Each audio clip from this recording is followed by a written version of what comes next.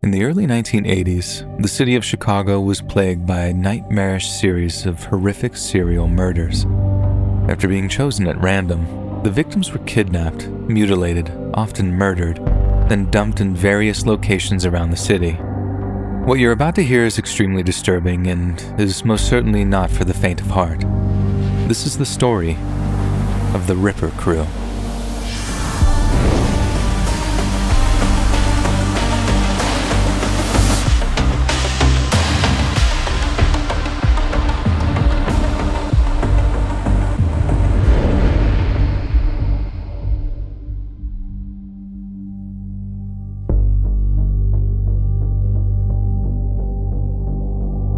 On May 23rd of 1981, 28-year-old Linda Sutton was declared missing by deeply concerned relatives.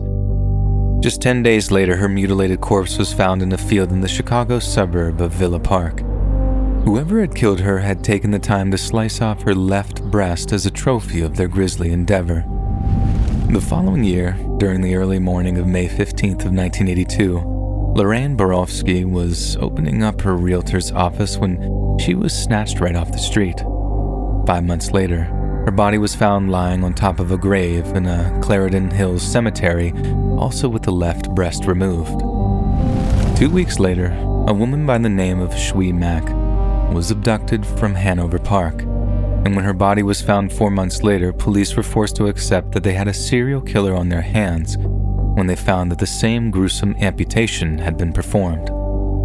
Just a few weeks later, the killer struck again, dragging a young woman named Angel York into his van before he handcuffed her.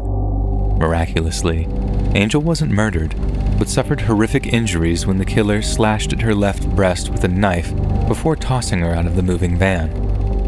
Angel was in the hospital when she was interviewed by the Chicago police detectives who were assigned to the murders, and it was then that she told them something truly chilling. The killer wasn't just some lone maniac targeting vulnerable females. He was being assisted by up to 3 additional accomplices. Angel was able to provide detailed descriptions of each of the suspects, but while detectives were scouring the profiles of known criminals, they were able to kill again. On August 28th of 1982, the body of Sandra Delaware was discovered on the bank of the Chicago River. She had been strangled and stabbed to death, and just like the other victims, her left breast was amputated. This was followed by the discovery of 31-year-old Rose Davis's body on September 8th. She had suffered identical injuries to the other victims, with the same signature amputation having been performed. There wasn't a break in the investigation until December 6th of 1982, when a woman named Beverly Washington was found lying unconscious by a railroad track. She had multiple stab wounds and her left breast had been cut off, but somehow she was still alive. Once she regained consciousness, she was able to give highly detailed descriptions not just of the suspects, but also of the vehicle they were using to abduct their victims. The van was traced to a man named David Gecht, who was promptly arrested on suspicion of murder. Police believed they'd be able to collate sufficient evidence to convict him during his initial period of detention. Yet to their frustration, they fell short and were forced to release Gecht after just a few days. Following his release, detectives worked night and day in order to compile more evidence, and Gecht's undoing finally came in the form of a motel receipt. Police were able to track down the motel's owner, who gave a lengthy testimony detailing Gecht's stay at his establishment. He had rented 3 adjoining rooms with 2 friends of his, holding a loud, raucous party late into the night. But that wasn't all. The detectives were deeply unsettled to hear that the motel owner believed Gecht to be involved in some type of cult. After hearing that Gecht was the main suspect in a murder case, the motel owner happily provided police with the names of his friends, those being Edward Spreitzer and 2 brothers named Andrew and Thomas Cocorellis. After the police picked up Thomas Cocorellis, they forced him to confess that he and the others had taken women back to Gecht's motel room, how the man himself referred to the motel as a satanic chapel. It was there that they drove their kidnapped victims after snatching them from off the street, and although the motel owner had heard loud music coming from the men's rooms, it was merely a way of drowning out the women's screams as they were beaten, violated, and murdered and mutilated. Thomas Kokorellis claimed that David Gecht was the one responsible for the breast amputation. After removing them from his deceased victims, Gecht would slice off pieces of the amputated breast before eating them raw, telling the others it was a kind of satanic ritual that they should also partake of. Following this, he would place the severed breasts in a sealed box. Thomas Kokorellis claimed to have personally witnessed the contents of this box and claimed that there were no less than 15 severed breasts in it. He also claimed that Gecht would have his way with the dead bodies of his deceased victims.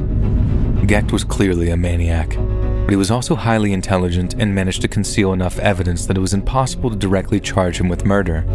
Instead, he was charged with attempted murder, aggravated kidnapping, and deviant assaults for the attack of Beverly, Washington, and was convicted in 1983. Before sentencing him to 120 years in prison, Judge Francis J. Mahone told Gecht not even an animal would do these things, only a devil or a monster would. Next came the trials of Gecht's 3 accomplices, starting with Edward Spreitzer in 1984. Spreitzer admitted that on October 6th of 1982, the gang shot 28-year-old Rafael Tirado and his friend Alberto Rosario at a phone booth in a random drive-by shooting. According to Spreitzer, he was driving Gecht's van with Gecht in the passenger seat when he was ordered to slow down. Gecht then took 2 guns from a rear seat, told Spreitzer to stop the van, then opened fire on Tirado and Rosario. Rosario survived being shot, but tragically, Tirado succumbed to his wounds at the hospital in the hours that followed. In a bid to avoid the death penalty, Spreitzer pled guilty to the murders of 4 of the gang's victims, as well as on the lesser charges of attempted murder and aggravated kidnapping. During the sentencing phase, Spreitzer's attorney argued that he was a junior member of the Ripper crew and was acting purely on the orders of David Gecht. She claimed Spreitzer was immature, impulsive, and simplistic, a man who would do almost anything to please his friend. The prosecution, on the other hand, called Spreitzer every woman's worst nightmare and labeled his accomplices cowardly weasels who roamed in packs to prey on women. His attempt was successful, and the judicial system took mercy on him, sentencing him to life in prison without the possibility of parole as opposed to the death penalty. In 1985, it was Andrew Kokorellis' turn to be convicted of murder, assault, and aggravated kidnapping. The prosecution once again sought a death sentence, yet during the sentencing phase, Kokorellis' defense attorney took a similar approach as Spreitzer's, claiming that his client had been a follower, not an organizer. Once again, the tactic worked, and the jury spared Andrew's life after deliberating for just an hour and a half. Instead of receiving the death penalty, he too was sentenced to life in prison without parole. However, 2 years later, Andrew was tried for the death of Lorraine Borofsky, and the details of her kidnapping, violation, and murder were too much for the court to hear. It was convincingly argued that Andrew had engaged in inappropriate actions with a dead body, and in light of this and many other perverse details, he was sentenced to death. On the day that he was due to be executed, Andrew declined the offer of a last meal, with his last words being, "To the Borofsky family, I am truly sorry for your loss. I mean this sincerely." He then recited a verse from the Bible, "Repent ye, for the kingdom of heaven is at hand." As a reward for his detailed confession, Thomas Kokorellis also managed to avoid the death penalty. At the time of his arrest, Thomas Kokorellis was a painter with no criminal record, meaning his trial judge took a degree of mercy on him that his accomplices did not receive. With an IQ of 75, he was described as having a borderline range of intellect, and was said to be more motivated by fear than any kind of perverted desire. Thomas pled guilty to Borofsky's murder, taking the death penalty off the table in exchange for a 70-year jail sentence. But following good behavior and a successful parole, he was released from prison on March 29, 2019.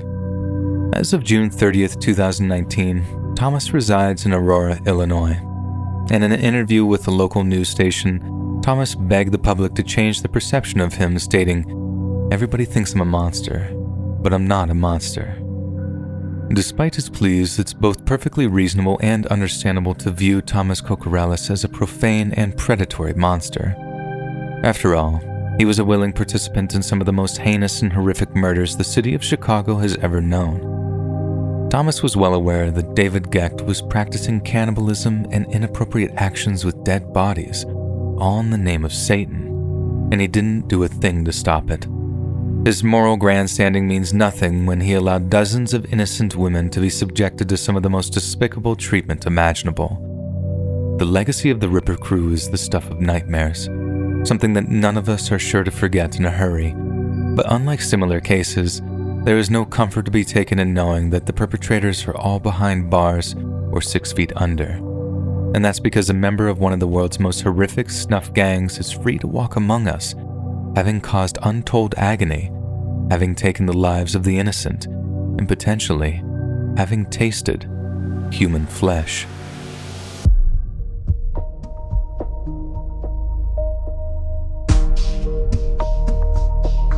Hey friends, thanks so much for watching. Just a quick heads up, I release new videos every second Tuesday at 7 p.m. EST. Also check out my main channel, Let's Read, where you can hear longer compilations of interesting, scary stories just like these. And if you prefer audio only, feel free to check out the Let's Read podcast, located anywhere you listen to podcasts, all linked in the description below. Thanks so much, friends, and I'll see you in the next one.